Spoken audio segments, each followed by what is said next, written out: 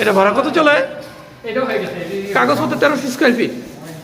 1226 ও 1226, কাগজপত্র 1226। আস্তে করে দিয়ে এটা হলো একটা ড্রয়িং, একটা বেডরুম, এত বড় ড্রয়িং রুম, ডাইনিং প্লেসেস। এটা বাথরুম, এটা কিচেন অনেক বড় আছে, এটা কিচেন। তারপরে এইটা হইতেছে বেডরুম, এটা অ্যাটাচড বেডরুম। এখানে বারান্দা আছে, এখানে বারান্দা আছে, শামসুল হক কলেজ এর সাইট। তারপরে এটা